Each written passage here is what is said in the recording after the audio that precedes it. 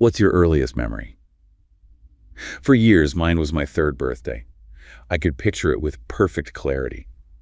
The sunshine coming through the kitchen window, a chocolate cake with 3 blue candles, and the feel of my grandfather's scratchy wool sweater when he picked me up. It was a foundational scene in my life story, something I felt in my bones. That sounds incredibly vivid. It really was. Then last Christmas, my mom found an old box of home videos. We decided to watch them. As the grainy footage from that birthday played, the scene was completely different. Oh, wow. How different. Completely. Yeah. The party was indoors because it was raining. The cake was vanilla with red candles. And my grandfather wasn't even there. He was on a business trip. No way. So the whole thing. The whole thing. My mind hadn't just gotten a few details wrong.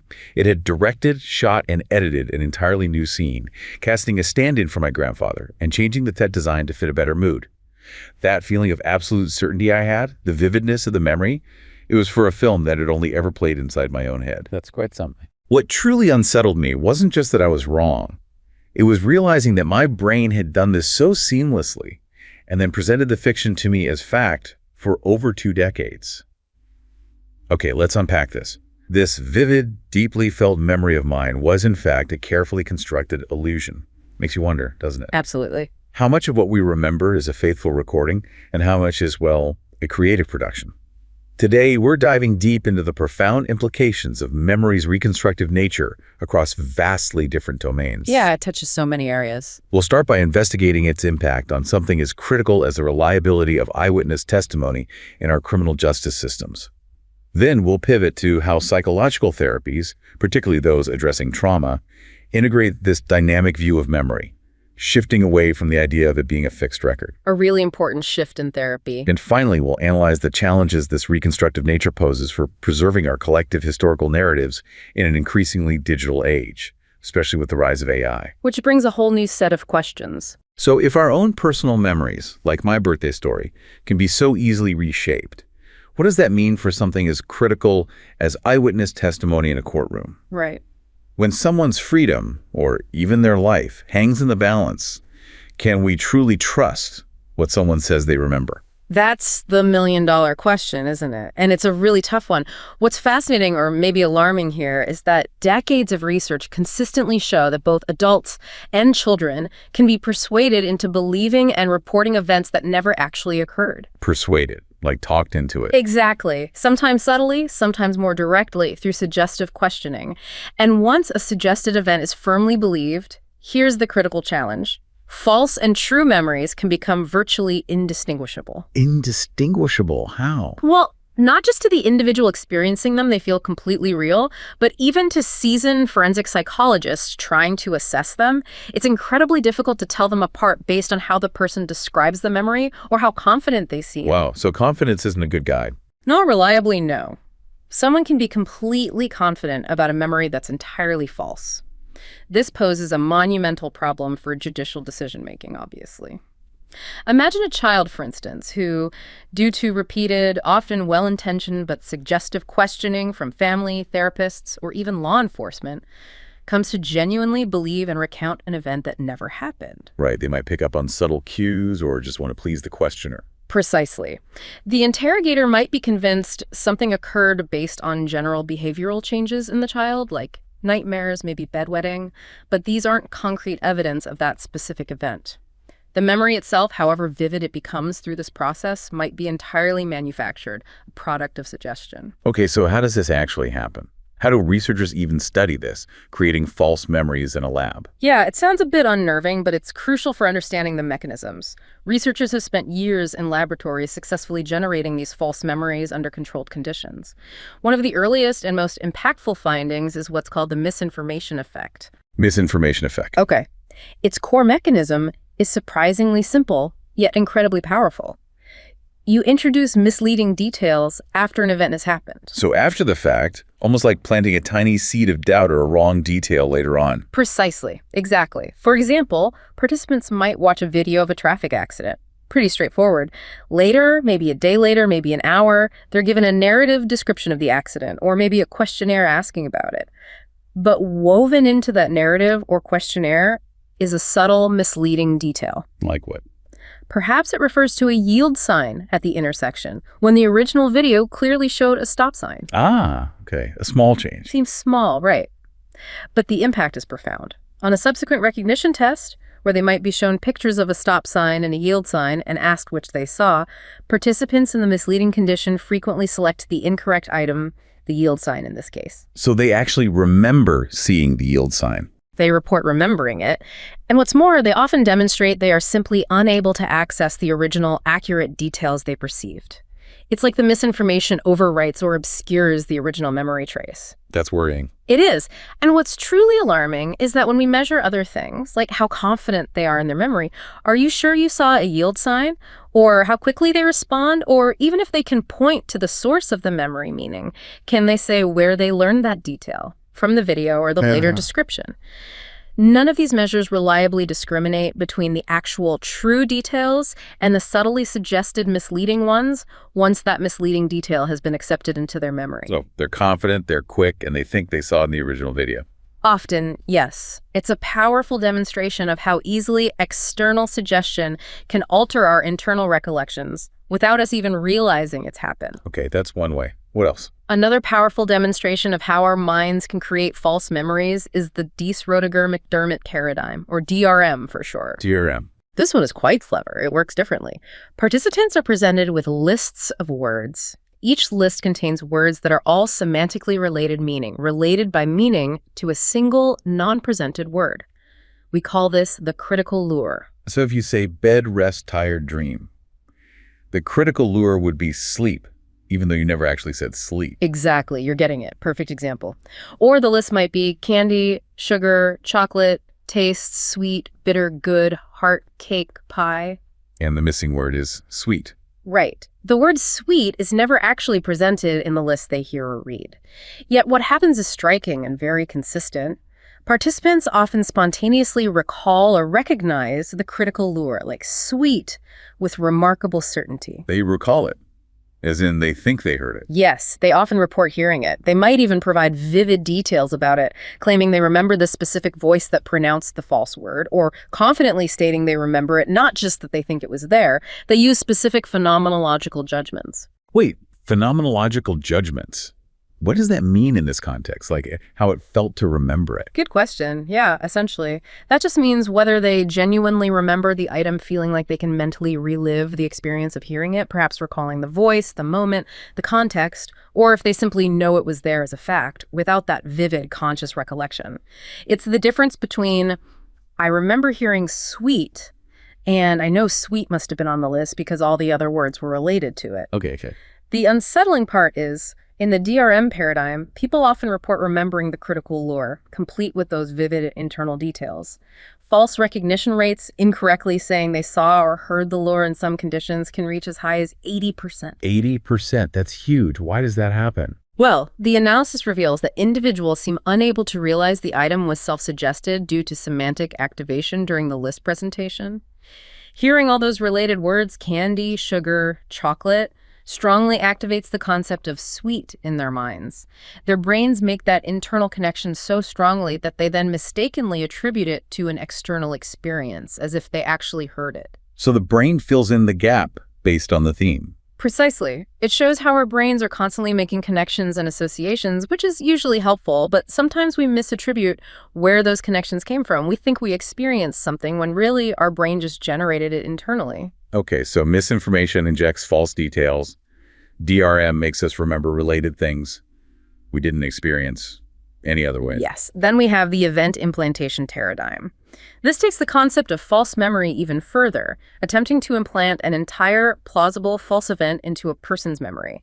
Not just a word or a detail, but a whole little story. Implanting a whole event. How do they do that? Researchers typically work with a close relative of the participant, like a parent or older sibling. With the relatives' help confirming details about the person's childhood, the researchers create a booklet describing several events from the participant's past. Most are true, confirmed by the relative. But one is false, though plausible. Plausible being the key word there. Absolutely. It has to be something that could have happened. A common example is suggesting the participant got lost in a shopping mall for an extended period as a child. Over several interviews, maybe spaced out over a few weeks, participants are repeatedly asked to recall these events, both the true ones and the false one.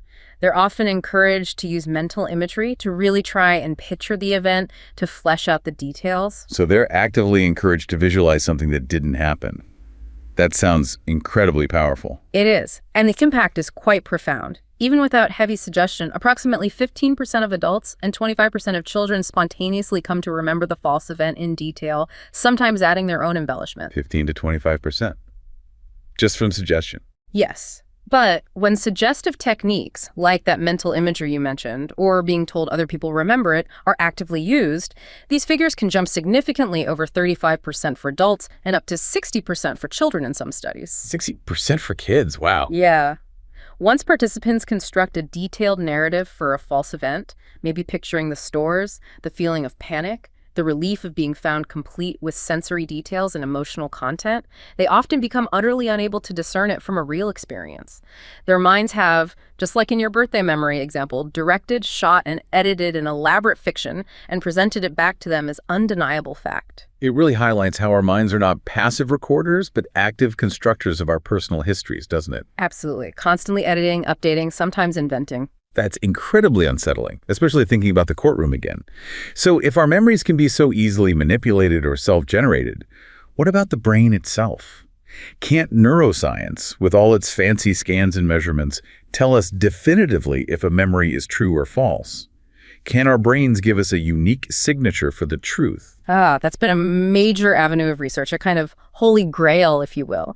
And it's a very natural question to ask. We've certainly seen significant investment in looking at the neural correlates the brain activity patterns associated with true and false memories, using a whole range of sophisticated tools. Like what kind of tools? We're talking about techniques like event-related potentials, or ERPs. Think of these like a very precise EEG, measuring tiny electrical signals on the scalp millisecond by millisecond. They show real-time brain activity in response to specific events, like recognizing a word or a face. Then there are various neuroimaging methods like fMRI, functional magnetic resonance imaging. That's the one you often see pictures of, with colorful blobs on brain scans. It lets us see which parts of the brain are working hardest by tracking blood flow changes. More blood flow suggests more activity. Like the heat map idea. Kind of, yeah. We also use ET, positron emission tomography, which uses short-lived radioactive tracers to map brain activity or chemical processes. And even newer techniques like FNIRS, functional near-infrared spectroscopy, which uses light shown through the skull to measure blood flow changes in the outer layers of the brain. Plus, there are brain stimulation techniques like TDCS, transcranial direct current stimulation, and TMS, transcranial magnetic stimulation. Stimulation, you mean like zapping the brain? Well, gently. These techniques use weak electrical currents or magnetic pulses to temporarily increase or decrease activity in specific brain regions. This helps us see if changing activity in a certain area affects memory performance, like making someone more or less likely to have a false memory. It helps establish causal links. Okay, so a lot of complex tools. What do they tell us about true versus false memories? Let's start with those ERPs, the electrical signals. Right. When we look at the brain's electrical activity using ERP components, specific bumps and dips in the waveform that are known to relate to certain cognitive processes, we find intriguing but often inconsistent results regarding true versus false memories. Inconsistent how? For instance, there's a component called the FN400. It's an early brainwave, a negative dip that peaks around 300 to 500 milliseconds after you see or hear something. It's generally linked to feelings of familiarity, that gut feeling you've encountered something before, even if you can't place it. Okay. Familiarity, that seems relevant. It does, but studies show the FN400 doesn't consistently discriminate between true and false memories, especially in those misinformation paradigms we discussed. Why? Because both the true details and the misleading ones might evoke that same feeling of familiarity if you've been exposed to both. Because you have encountered the misinformation before, just not in the original event. Well, exactly. And in the DRM paradigm, the FN400 is often associated with both true memories of list items and false memories of the critical lore. This suggests it's an emodal process. Emodal, meaning? Meaning it responds to conceptual or semantic information in the meaning regardless of whether you actually saw or heard the item in that specific way. which is a key reason why false memories feel so familiar. They often share underlying meaning with real experiences, and the FN400 reflects that conceptual familiarity, not necessarily the episodic truth. Okay, so the early familiarity signal isn't a reliable truth detector. What about later signals? Then there's the late parietal component, or LPC. This appears a bit later, typically between 400 and 800 milliseconds, usually over the parietal regions of the brain towards the back. This brainwave is typically associated with conscious recollection of specific details, remembering the color of the car, the exact words someone said, the source of the memory. Okay, that sounds like it should be the brain's truth detector, right? Surely that's stronger for real memories. You'd think so. It makes intuitive sense. But again, the results across many studies are inconsistent. Some findings do suggest smaller LPC amplitudes for misinformation-induced false memories, which might imply less detailed recollection. But it's not a clear-cut, reliable discriminator that consistently tells us this memory is true versus this one is false across all situations and all people. It varies a lot. Still no magic bullet. Anything else in the ERPs? And finally, among the main ones studied, we have the late right frontal old new effect. This isn't a quick peak, but a more sustained burst of positive activity, often seen in the brain's front right regions, lasting from about 800 milliseconds up to almost 2 seconds after the stimulus. A longer lasting effect. What's that linked to? This activity is generally linked to strategic retrieval efforts and what we call post-retrieval monitoring processes. Think of it as your brain working hard to evaluate whether a retrieved memory is real, accurate, and relevant to the current situation, like an internal fact checker scrutinizing the memory. Okay, so maybe the brain works harder to check false memories. Sometimes, maybe. But here again, the patterns are inconsistent. While some studies suggest it correlates with better discrimination for people who are generally good performers in memory tasks, or maybe reflects increased effort when trying to remember weakly encoded items, other studies show that it's present for both true and false recognition. Especially when false memories become so ingrained, maybe through repetition or strong semantic relationships like in the DRM task, they feel indistinguishable from true ones. So the brain might be working just as hard to evaluate and confirm a strongly felt false memory as a true one. It certainly seems possible. If the memory feels familiar and consistent enough with other information, the monitoring processes might sign off on it, regardless of its factual basis. The effort might be there, but it doesn't guarantee accuracy. So even with all these incredibly advanced ways of looking at the brain's electrical signals in real time, it sounds like there's no clear truth signal. It's not like a light flashes green for true and red for false. Exactly. That's a very good way to put it. There's no single reliable ERP signature for memory truthfulness found so far. Okay, what about the brain imaging then?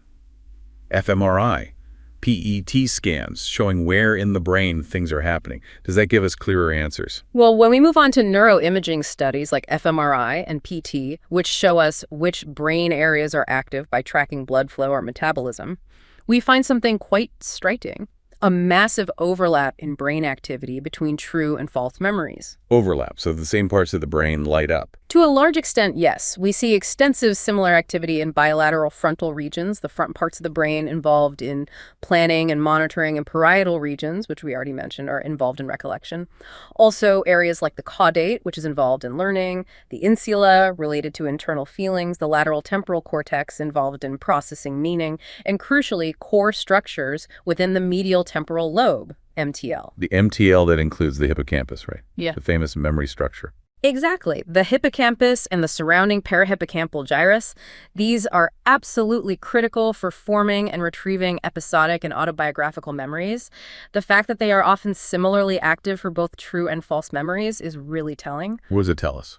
It strongly suggests that false memories aren't just random noise or some completely different brain process. They often leverage the very same brain mechanisms and pathways that true memories use, especially because, as we saw with DRM, false memories often share associative and semantic content, underlying meaning and connections with genuine experiences. Your brain, in a way, is using the same well-worn machinery to construct or retrieve the memory, regardless of its ultimate factual basis. Okay, so mostly overlap.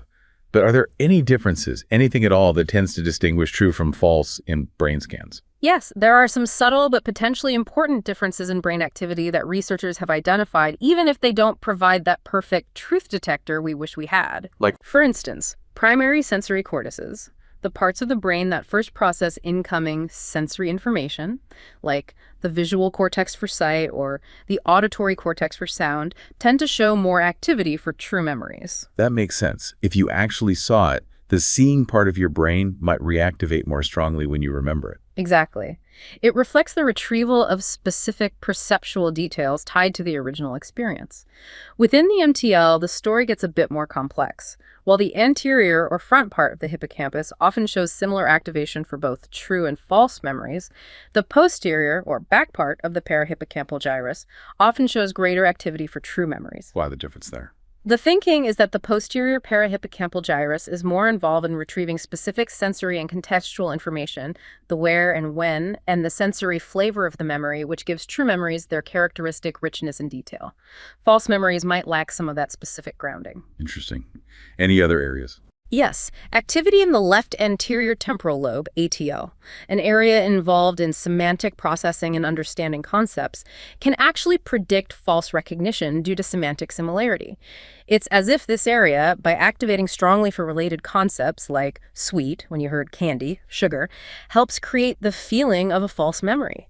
And intriguingly, using that TDCS stimulation technique we mentioned earlier, applying temporary electrical stimulation, specifically anodal stimulation, which tends to enhance neural activity to the left. ATL has been shown in some studies to actually reduce the rate of false memories in the DRM task. Whoa, so stimulating a brain area can make you less likely to have a false memory. In certain controlled contexts, it appears so, possibly by modulating how semantic information is processed or evaluated. It's still early days for that research, but it's fascinating. Definitely. So some sensory areas are more active for true memories. The ATL might contribute to false ones. What about the front of the brain, the control center? Precisely. The prefrontal cortex, PFC, especially regions like the right dorsolateral PFC, the anterior PFC, and bilateral dorsolateral PFC. These higher-level control regions often show increased activity for false memories compared to true ones in some studies. Increased activity for false memories. Why would that be? The leading interpretation is that this suggests increased retrieval monitoring and evaluation effort. Your brain might be working harder, engaging these control processes more intensely to try and make sense of, or perhaps suppress, or maybe even confirm a false memory that feels familiar but might lack some of the specific detail or coherence of a true one. It's like the fact checker is working overtime but doesn't necessarily reach the right conclusion. So more effort doesn't always mean more accuracy. Apparently not. We also see that the parietal memory network, PMN, a network of areas in the parietal lobe involved in attention and memory retrieval, seems to be activated similarly by both true and false memories, and more strongly than when you correctly reject something as new. And even the right posterior cerebellum, a part of the brain we used to think was mostly about motor control, has been causally linked, using TMS, to semantic memory retrieval.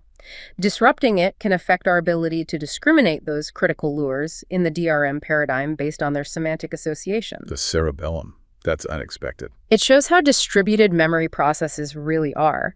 We also see differences related to how memories are first formed or encoded versus how they are later retrieved. Stronger encoding processes, for instance, if there was greater activity in the parahippocampal gyrus and early visual cortex, specific regions known as BA 1718, when you first experience the true event, generally lead to more robust and distinct retrieval traces later on. So a better recording makes for a better playback, essentially. In a sense, yes. And finally, some advanced analysis techniques like representational similarity analysis, RSARs, which don't just look at how active an area is, but at the pattern of activity across many points within an area, show some interesting things. Greater neural similarity or more consistent patterns in occipital or visual regions seems linked specifically to true memory retrieval. Meanwhile, frontoparietal regions show similar patterns for both true and false memories, suggesting they're involved in general memory processing rather than specific truth detection. Okay, so drilling down into the patterns helps a bit more than just looking at overall activity. It seems to offer some additional clues, yes. And just quickly, for the misinformation paradigm specifically, neuroimaging suggests that those encoding processes within the MTL system, particularly the left hippocampus and another area called the parahernal cortex, are really important for integrating the original event and the later misinformation. And again, true memories tend to be associated with greater activity in early visual cortex, BA 1718, while misinformation memories might be linked to activity in the auditory cortex, BA 2242, if the misleading information was presented through sound. So taking all of this together, the cognitive studies, the ERPs, the brain scans, what does all this cutting-edge neuroscience and decades of cognitive research mean for, say, the legal system, or just for us understanding ourselves? Yeah, what's the practical takeaway? The bottom line is this. After extensive research spanning many decades and using increasingly sophisticated methods, it remains nearly impossible to completely and reliably discriminate between true and false memories on a case-by-case basis, especially from the outside looking in, but often even for the individual experiencing them. It's still impossible, even with brain scan. As a definitive test, yes. No single measure, be it behavioral accuracy, reaction time, subjective confidence, or even complex patterns of brain activity measured by ERPs or fMRI, has revealed a unique, indisputable neural signature that definitively tells us this memory is true versus this memory is false. There's just too much overlap, too much variability between people and situations. So what's the use of all this research for the legal system then, if we can't tell for sure? That's a fair question. It means that while we don't have a simple brain scan or behavioral test that flashes true or false when someone recounts a memory, the research is still incredibly valuable.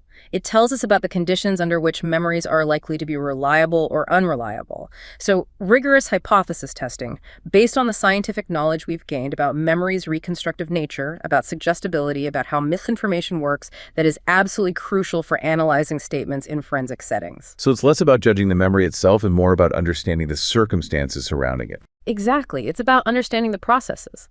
Cognitive research helps us analyze cases, evaluate the likelihood of memory distortion given the known factors, even if neuroscience isn't yet at the point of providing a simple yes-no answer for an individual memory. It guides investigation and questioning protocols, for example. That's a powerful and perhaps humbling realization about our own brains and their limitations. If we can't always trust our own memories, and justice systems grapple with that huge challenge, how do psychological therapies, especially those dealing with trauma, approach memory? Do they treat it as a fixed record that needs to be recovered, or something more dynamic, maybe like a story that can be retold or re-understood? That's an excellent question, and it's where the understanding of memory's reconstructive nature truly revolutionizes therapeutic practice. You know, for a long time, some approaches did treat memory more like a fixed record that needed excavating. But contemporary psychological therapies, particularly innovative approaches like narrative therapy, have really embraced the idea that memory is not a static video recording, but rather a dynamic, living, and continuously reconstructive process. Okay, so memory is fluid in therapy too. Absolutely. And this understanding is profoundly critical, especially when working with individuals who have experienced trauma. Traditional approaches that focus heavily on just reliving or processing the traumatic memory itself often fell short, or worse, risked inadvertently re-traumatizing clients by forcing them to confront overwhelming events without adequate support or a different framework. Re-traumatizing, that sounds awful. It can be. To really appreciate this shift towards seeing memory as reconstructive, it's important to look back at a significant and quite controversial period in psychotherapy history, the phenomenon of so-called repressed memories. Right, you hear that term a lot. It gained huge prominence, particularly in the 1980s and 90s. You had clients in therapy suddenly recalling these incredibly vivid, emotionally charged traumatic events, often alleged severe childhood abuse that they claimed to have been completely forgotten, totally inaccessible for years or even decades. And these memories just came flooding back in therapy. That was the claim. And they often felt completely real and undeniable to the person experiencing them. In some high-profile cases, these recovered memories even led to criminal charges and convictions, sometimes based solely on the recovered memory itself. I remember that. It was widely discussed, and for a long time, the idea of repressing a traumatic memory and then suddenly recovering, it felt very real to many people, almost like a switch was flipped in the brain. But scientifically, you're saying that's not really how memory works. Precisely. While the idea is intuitively appealing to some, a major critique, grounded firmly in decades of memory research, is that outside of specific, highly suggestive therapeutic environments, there is virtually no reliable scientific proof that traumatic events are simply repressed, wholesale, pushed entirely out of conscious awareness only to return years later intact and in rich detail. So forgetting trauma is actually rare. Forgetting significant life-altering trauma is actually quite rare in genuine cases. Think about people who survive major disasters, witness violence, experience combat. Study after study shows they usually remember those events, often too well, with intrusive flashbacks and nightmares. Forgetting might occur for some details, or there might be periods of not thinking about it, but complete amnesia for a major, impactful trauma that later returns perfectly preserved is not well supported by evidence outside those controversial therapy contexts.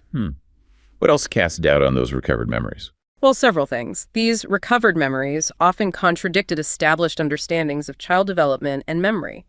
For instance, some purported to be from ages well within the period of infantile amnesia, that period generally before age 3 or 4, when we typically can't form coherent, lasting episodic memories that we can later consciously recall. Right, most people don't remember being, say, 2 years old. Exactly. Or the content of the memories was sometimes extravagant and frankly impossible, involving things like complex satanic rituals or alien abductions, which stretched credulity, especially when there was no external corroborating evidence. The very concept of repression itself as a psychological mechanism for walling off memories, while a popular notion stemming from psychoanalytic theory, remains scientifically controversial and lacks strong empirical support among cognitive memory researchers. So the whole idea is shaky. It's considered shaky by most memory scientists. Cases often cited as evidence, sometimes labeled dissociative amnesia, frequently lack rigorous diagnosis.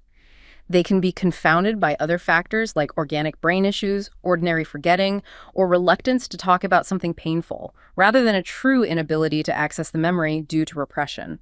And crucially, these recovered memories frequently possess an adult-like richness of detail and narrative coherence. Oh, so? They often sound like a story told by an adult with complex interpretations and sequential flow. Genuine childhood memories, especially from early years, tend to be more fragmented, sensory-based, maybe focusing on specific images or feelings, and often lack that kind of elaborate narrative structure. This discrepancy made many researchers suspect that these recovered memories might actually be constructions, perhaps unintentionally created within the therapeutic process itself through suggestion and expectation. Wow, so the therapy itself might have been creating the memories it was trying to uncover. That became a major concern, yes.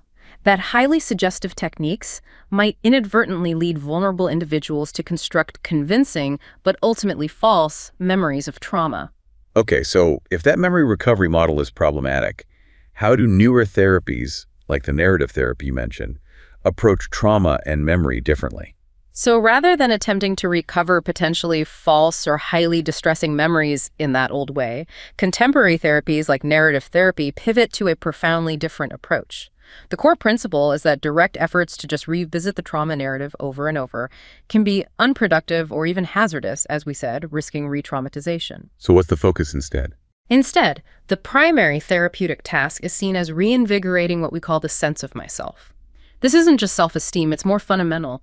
It's intimately associated with the stream of consciousness. Think of this as your ongoing inner language, that internal monologue or narrative that constantly organizes your daily experience. It provides a continuous feeling of who you are, how you've changed over time, and where you might be going. It weaves together past, present, and future. And trauma disrupts that stream. Severely. It can fragment that internal narrative, leaving someone feeling disconnected, lost, defined only by the trauma. So narrative therapy aims to rebuild or strengthen that sense of myself and the coherence of that inner stream. How do you do that? A key practice in this approach is something called doubly listening. This is crucial.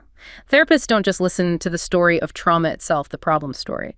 They also listen meticulously, very carefully, for any expressions, however small or hesitant, of what the person values in life and, critically, how they responded to the trauma based on those values. Responded, even if they felt powerless. Yes. It's a fundamental tenet of this approach that no one is ever a completely passive recipient of trauma or hardship. People always take steps, even tiny internal ones, to try to prevent harm, to modify the situation, to resist, or to preserve something that is precious to them.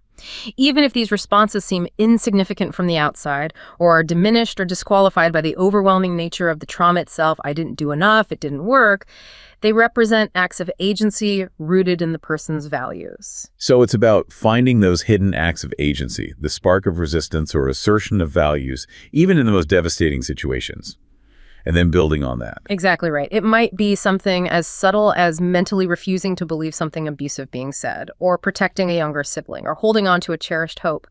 These are often overlooked in the focus on the trauma itself, but they are vital entry points to a different story about the person. And how do you build on that? A powerful narrative practice designed specifically to help redefine identity is called the definitional ceremony structure. This isn't just a casual chat, it's a carefully orchestrated therapeutic conversation, almost like a ritual, designed to help someone restory their identity in a more positive and empowering way, often with an audience of supportive witnesses. An audience. In therapy. Yes, but in a very structured way. It involves structured tellings and retellings of the person's story, often with invited outsider witnesses. Outsider witnesses, who are they? They are usually people who might have some understanding of similar life challenges, perhaps from their own experience or community work, but they are not directly involved in the client's personal life. Their role is to listen respectfully and then reflect on what they heard in a very specific way. Okay, so how does this ceremony work? It typically has three main parts. First, there's the telling. The client shares their double-storied account. This means not just the trauma narrative, the problem story, but also weaving in those recently uncovered elements, their subtle responses to hardship, the values that guided those responses, the sparkling moments that contradict the problem story. Double-storied, so the trauma and the response. Exactly. Let's use an example to make it concrete. Imagine Julie, a woman who had experienced recurrent abuse and initially described her life as just a chronicle of tragic, unrelated events, feeling passive and without agency. In earlier conversations, maybe she recounted witnessing a child being run down by a car years ago and feeling paralyzed by fear and shame. The therapist, listening doubly, might have detected a note of shame. When gently asked about it, Julie might reveal it was shame over letting the child down, not just fear for herself.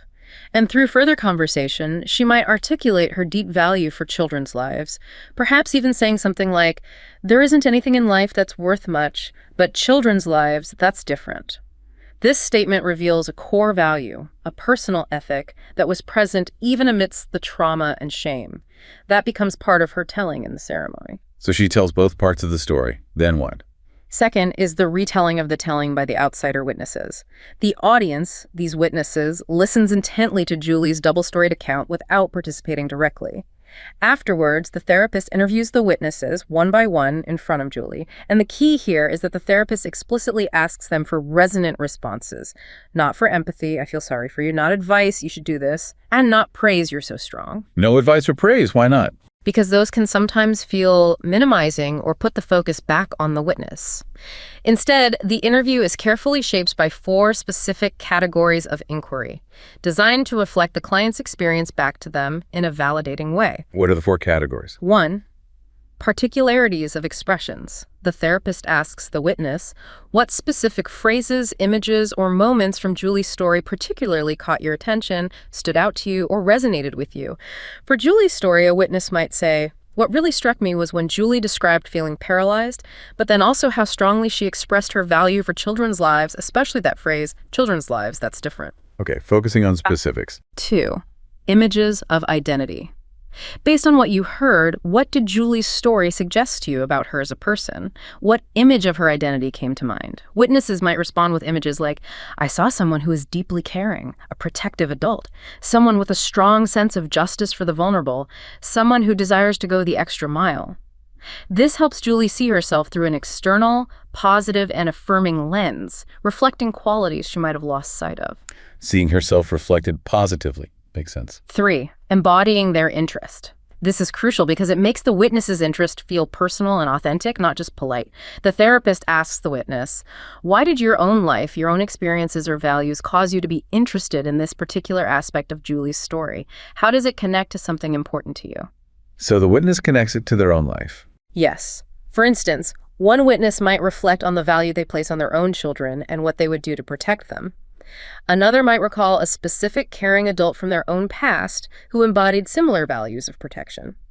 This demonstrates to Julie that her experience isn't just an isolated case study. It genuinely moved and connected with others on a deeply personal, embodied level because it touched on values they also hold dear. That sounds powerful. Where? And the 4th category. 4. Acknowledging catharsis. The therapist asks the witness, how has hearing Julie's story moved you? Not just emotionally, but in the classical Greek sense of catharsis, being moved to new thoughts, perspectives, or perhaps even intentions for action in your own life. Move to action. For example, a witness might describe deciding, after hearing Julie's story about valuing children, to finally reconnect with a relative they've been estranged from for the sake of their own children. Or maybe they decide to get more involved in a community project. The impact on the client, Julie in this case, of witnessing this external acknowledgement, especially the catharsis, seeing how sharing her story, her values, her struggles could actually inspire positive movement or change in others is profoundly validating. I can imagine. It fights against that feeling of powerlessness or irrelevance that trauma can cause. Exactly. It provides a powerful, undeniable experience of having influence and meaning in the world, directly combating feelings of uselessness that often accompany trauma. Okay, so Julie hears the witnesses. What's the third part? Third is the retelling of the retelling. After hearing all the witness retellings, the therapist then turns back to the client, Julie, and interviews her about her experience of hearing the outsider witnesses. The therapist uses the same 4 categories. What expressions stood out to you from their retellings? What images of yourself did you glimpse through their eyes? What connections did you feel to their lives? How were you moved by hearing their responses? So it brings it back to her experience of being witnessed. Precisely. This layered process of telling, witnessing, retelling, and reflecting on the retelling helps to further consolidate new preferred understandings of self for the client. It reinforces those positive identity shifts and helps them internalize this new, richer, multi-storied narrative of themselves. That sounds like a really thoughtful process. Yeah. Are there other related techniques? Yes, beyond the formal definitional ceremony, reauthoring conversations are vital throughout the therapeutic process. The core concept here, again, is that life is multi-storied. It's never just one single story, like the trauma story, which often becomes dominant and overshadows everything else.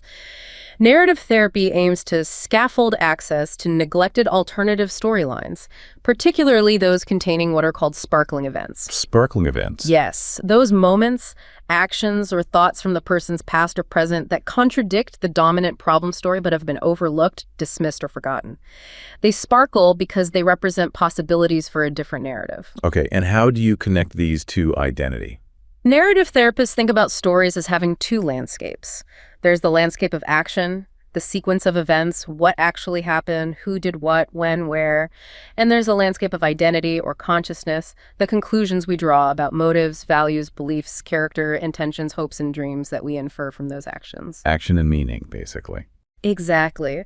The reauthoring process involves the therapist asking specific kinds of questions that help the person link those previously neglected actions, sparkling events, to new positive identity conclusions. For Julie, after she recognized her deep value for children's lives, the therapist might ask about past instances where she showed care for her younger siblings, maybe remembering times she rushed them to a hiding place when her father was drinking. Right, an action she might have just seen as survival. Exactly. But the therapist could then ask questions that move to the landscape of identity. What does that action, rushing your siblings to safety, even when you were scared yourself, say about what was important to you back then? Or, hypothetically, if I could have asked your siblings back then what they saw in you when you did that, what might they have said about your character? Maybe they would have said she was fair or brave or always stuck up for people going through hard times. Connecting the action to a positive quality or value. Precisely. Then you link these historical identity conclusions to more recent actions. Maybe Julie recently sat with another woman in a refuge who was distressed. The therapist helps connect that recent action back to that same enduring value or quality.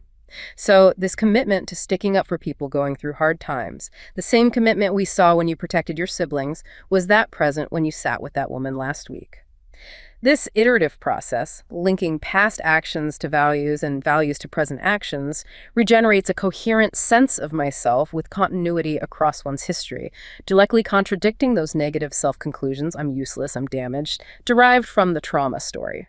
So it's about weaving a new thread, a preferred story, through their past, connecting forgotten positive moments to a newly understood, valued identity. You've got it. It's reauthoring their relationship with their own history. To really understand how trauma impacts this reauthoring process, maybe we need to understand the memory systems themselves better. You mentioned different kinds earlier. Absolutely. It's helpful to understand that we don't just have one monolithic memory. We have multiple memory systems, which tend to develop sequentially in childhood, almost like building blocks, each with different characteristics. Yeah, what are they? The first to emerge, right from birth, is the perceptual representation system, PRS. This is our most basic form of recognition memory. It's nonverbal, non-conscious.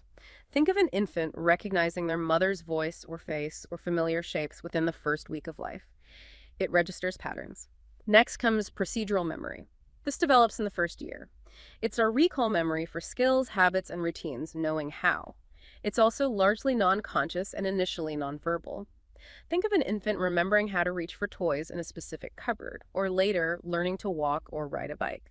Semantic memory develops significantly in the second year, alongside language. This is our knowledge of facts about the world, names of objects, historical events, general routines, word meanings. It's usually verbal but can be implicitly learned. Paris is the capital of France, but you probably don't remember the specific moment you learned it.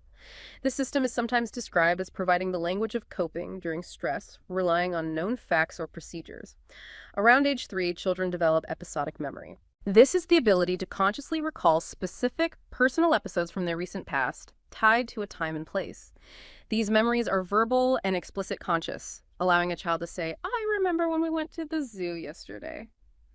Also evident by age 3 is short-term memory, often called working memory. This is like the brain's temporary notepad, holding information online for brief periods while we work with it. It's verbal, conscious, and crucial for things like following multi-step instructions or holding a phone number in mind. Autobiographical memory emerges more fully around age 5. These are the highly selected, enduring episodic memories that become woven together to form our personal life story and sense of identity. They are conscious, verbal, and narrative. This system allows us to say, "This is my life, this is me," providing that continuous narrative of who we are across time. And finally, as we discuss with narrative therapy, there's the stream of consciousness. This can be seen as a distinct, higher-level memory system. It's narrative in form, providing that ongoing, moment-to-moment continuity of a familiar sense of myself in inner experience. It constantly weaves disconnected events and thoughts into coherent themes, allowing the I, the knower, the narrator of the stream, to relate to myself, the self who is constructed and experienced within that stream. Okay, that's a lot of systems. So how does trauma mess with these different building blocks? Trauma can have profound and differential effects on these memory systems. A key effect is dissociation. Traumatic memories often don't integrate properly into the normal stream of autobiographical memory. Instead, they can intrude involuntarily as present experiences, flashbacks, nightmares, overwhelming sensations, feeling like they are happening now, not like memories of the past. They feel split off from ordinary consciousness, severely disrupting the stream of consciousness and the coherent sense of myself. A key effect is dissociation. There's also a concept called hierarchical dissolution based on the idea that these systems develop sequentially. Think of your brain's memory systems like a complex building. Under extreme stress or trauma, the most sophisticated and later developing systems, those at the top, like the stream of consciousness, autobiographical memory, maybe even episodic memory, are the most fragile and tend to fail or go offline first. So the higher level sense of self is the first casualty. Often, yes. Moderate trauma might temporarily shut down the narrative stream and the sense of self. Severe recurring trauma can progressively affect autobiographical, episodic, and even short-term memory, and in extreme cases even impact semantic memory, like losing vocabulary or factual knowledge. This can leave the person relying primarily on the most basic, early developing systems, procedural fight-flight responses, and PRS, unexplained feelings of familiarity or dread triggered by cues. This leads to that fragmented, empty, and disoriented experience of life we talked about, where you literally lose parts of your ability to make sense of who you are and what happened. Another effect is uncoupling.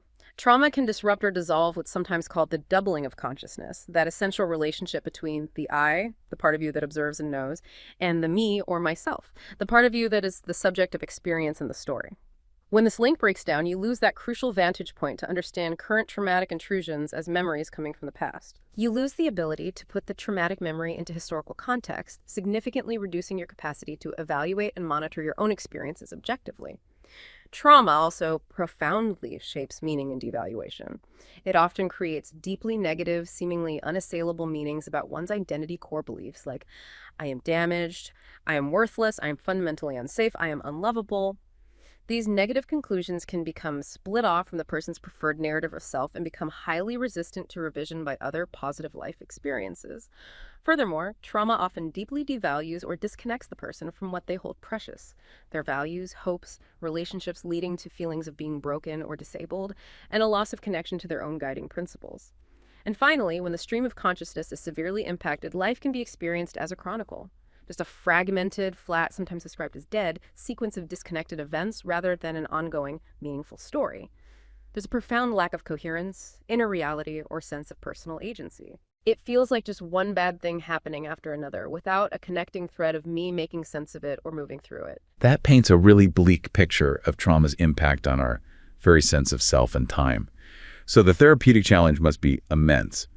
How do you go about reassociating those dissociated, fragmented memories? It is a significant challenge. Remember, those dissociated memories often feel timeless, stuck in the present, and they are often like half memory. Half memories. Yes, because they typically lack the context of the person's own responses to the trauma, their acts of resistance, their attempts to cope, the assertion of their values, which we talked about earlier. What's critically excluded from these half memories is that account of personal agency, the steps the person took, however small or seemingly ineffective at the time, to resist, modify, or preserve something precious during the trauma. Without that piece, the memory is just overwhelming victimhood. So if Julie, from our earlier example, had a dissociated half memory of the abuse she experienced, maybe just intrusive images or feelings, how does acknowledging her subtle act of resistance, like hiding her little brother's favorite toy, actually turn that half memory into a full one? What does that feel like to Julie, practically speaking? How does it help? That's a great practical example to focus on. For Julie, that dissociated half memory of the abuse would likely feel like an ongoing present threat, something raw and inescapable, perhaps just a series of disconnected, painful sensations, images, or overwhelming emotions like terror or shame without a clear beginning or end. But by carefully resurrecting and naming her actions during that time, like the intentional act of hiding her little brother's toy to protect it, and him, and then explicitly connecting that action to her deeply held value for children's lives and her desire to protect the vulnerable, we restore her sense of personal agency within that horrific context. So it reframes the experience. Completely. That act of hiding the toy, which she might have previously dismissed as insignificant or just a reaction to fear, now becomes understood as a meaningful act of protection, rooted in her compassion and her ethics. This restoration of agency and value provides the crucial receiving frame, or the missing part of the storyline, for the traumatic memories. It allows the traumatic memory fragments to be integrated. Integrated how? It gives them a beginning and an end in time. Suddenly, the abuse isn't just a timeless, ever-present intrusion. It becomes located as a past event that she survived, and crucially, an event where she acted in accordance with her values, even if those actions were small or couldn't change the overall outcome. This significantly diminishes the risk of re-traumatization when thinking about the past, because the traumatic memory is no longer an isolated, overwhelming present reality. It becomes part of a larger historical narrative where she had a role, where her values were still present and active. So it puts the memory in the past and gives her a role beyond just victim. Exactly. Sometimes imaginative speculation, carefully guided by the therapist and based on the client's newly developed understandings of their values and the typical ways of responding, their counterpower practices, can help fill in plausible gaps in those fragmented memories. And sometimes, remarkably, as the preferred sense of myself is restored and strengthened through these conversations, spontaneous reassociation occurs. The formerly intrusive, fragmented memories naturally find their place within a more coherent and meaningful life story, losing much of their terrifying power. It's about empowering the individual to rewrite their relationship with their past, not to change the facts of what happened, but to profoundly change what those facts mean for who they are now and who they are becoming. That's a really hopeful perspective on working with incredibly difficult memories. So we've journeyed from personal memory glitches through the complexities of eyewitness testimony and brain scans to the therapeutic reauthoring of trauma narratives. It seems this reconstructive nature of memory is everywhere. But what about our collective memory, our shared understanding of the past? How does the fact that memory is so malleable challenge our understanding of history itself, especially now when AI is entering the picture and starting to influence the historical record?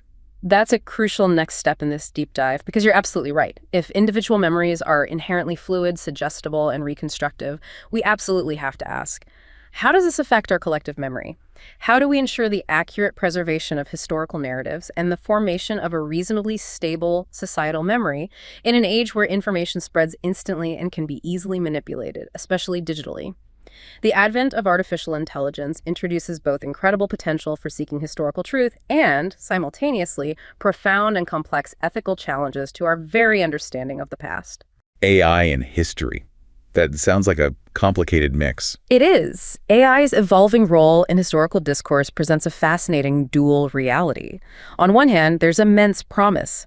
AI tools, particularly those leveraging natural language processing, NLP, which, remember, allows computers to understand, interpret, and even generate human language combined with advanced data analytics, have the potential to sift through truly vast amounts of historical data.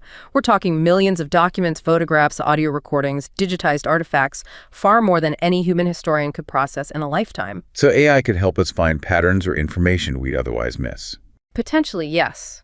AI can cross-reference information across huge data sets, verify facts against multiple sources, and theoretically enhance the reliability of historical accounts by identifying inconsistencies or potential misinformation at an unprecedented speed and scale.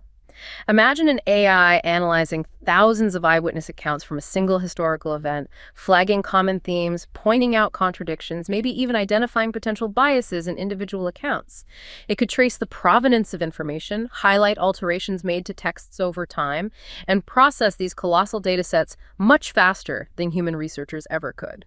That sounds incredibly useful for historians. It certainly has that potential. However, this incredible potential comes bundled with significant challenges and serious ethical considerations. A critical concern, which comes up again and again with AI, is algorithmic biases. Biases in the AI itself. Well, biases in the data that AI learns from. AI models are trained on existing data, and if that historical data inherently reflects the biases of the past, perhaps focusing only on the perspectives of the powerful, ignoring marginalized groups, or perpetuating stereotypes, then the AI, even if unintentionally, can learn and amplify those same biases. It can reinforce skewed perspectives or propagate historical inaccuracies, subtly distorting our collective understanding without us even realizing it. So, garbage in, garbage out, essentially. If the historical record it learns from is biased, the AI's output might be too. Exactly. It reflects what it's shown, biases and all, unless very carefully designed and audited to counteract that. Then there's the challenge of interpreting nuance.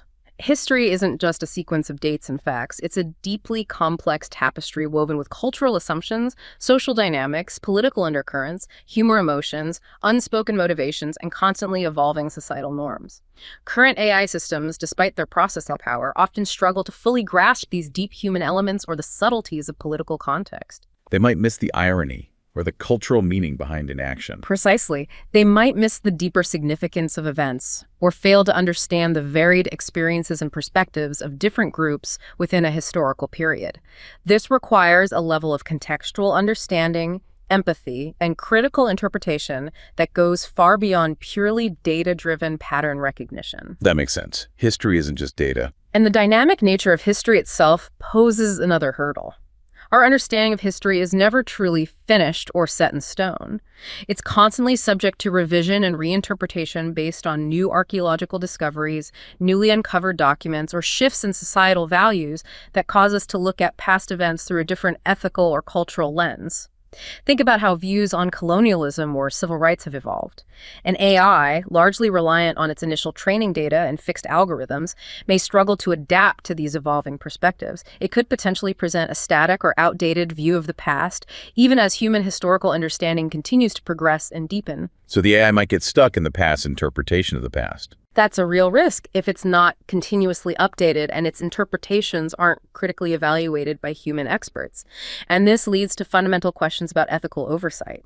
Who controls the AI narrative? What biases might the developers or controllers of these AI systems have? How do these biases shape the AI's understanding and presentation of historical facts?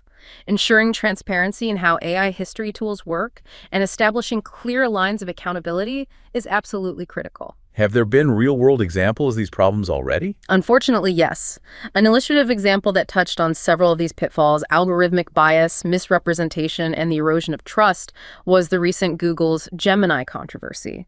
You may have seen reports earlier this year where Google's AI image generation tool, Gemini, was found to be altering racial features in historical photo generations. I remember hearing something about that, but what exactly happened? Reports and user examples showed the AI generating historically inaccurate images, sometimes depicting people of color in roles or contexts where they historically would not have been present, like generating images of Black Nazi soldiers or female popes, seemingly in an attempt to promote diversity, but resulting in historical revisionism. Wow. that's not just a small error, that's fundamentally changing the visual record. Exactly. This wasn't just a minor technical misstep. It represented a direct modification and potential misrepresentation of historical perceptions and realities. The implications were significant. It immediately and understandably eroded public confidence and trust in AI systems as reliable sources for historical representation. This is particularly damaging in fields like historical preservation and education, where authenticity is paramount. It makes you question if you can trust any image generated by AI. It certainly raises that question. The incident starkly highlighted AI's very real potential to amplify existing societal debates about representation or to inject new inaccuracies.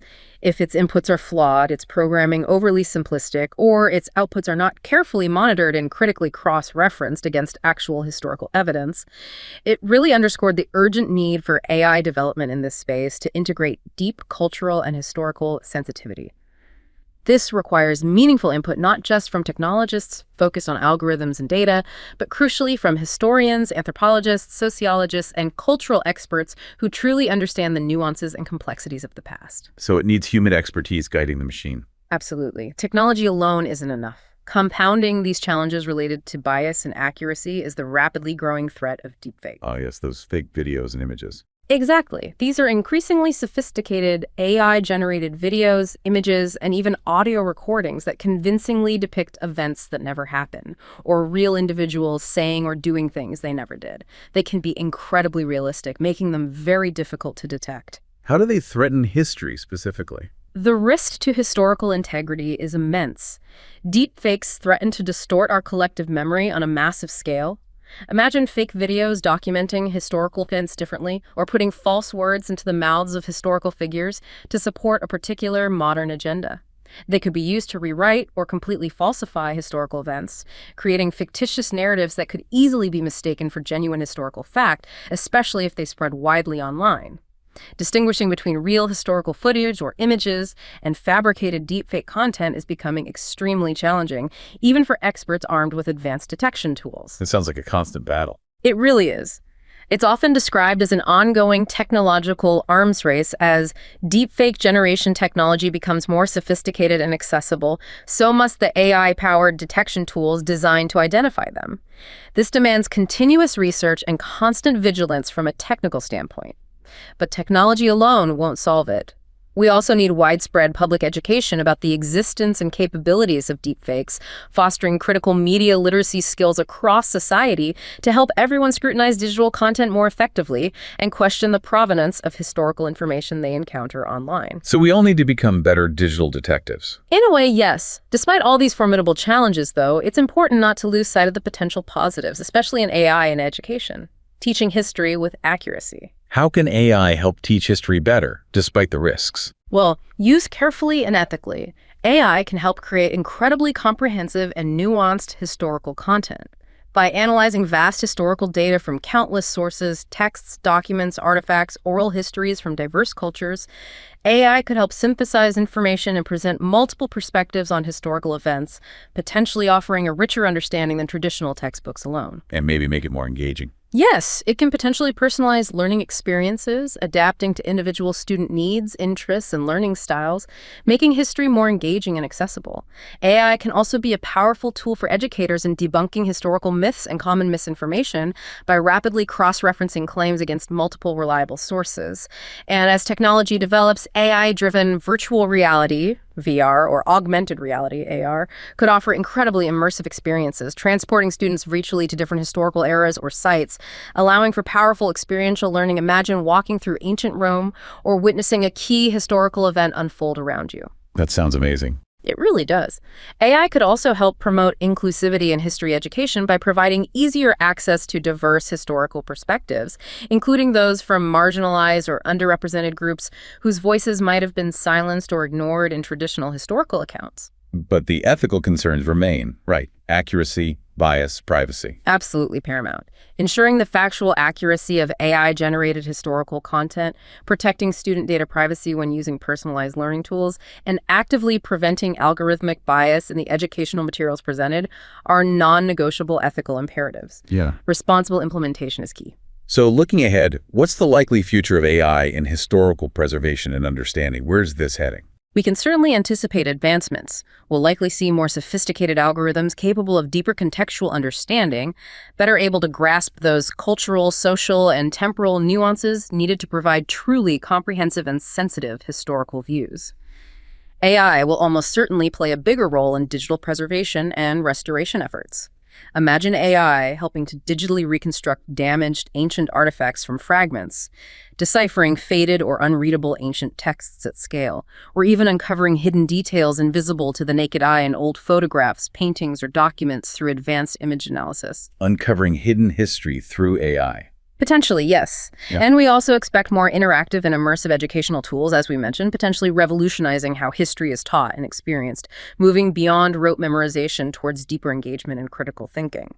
But crucial to realizing this positive future are several factors. First, significantly increased collaboration between historians, archaeologists, museum curators, educators, ethicists, and AI developers is essential. Breaking down the silos between disciplines.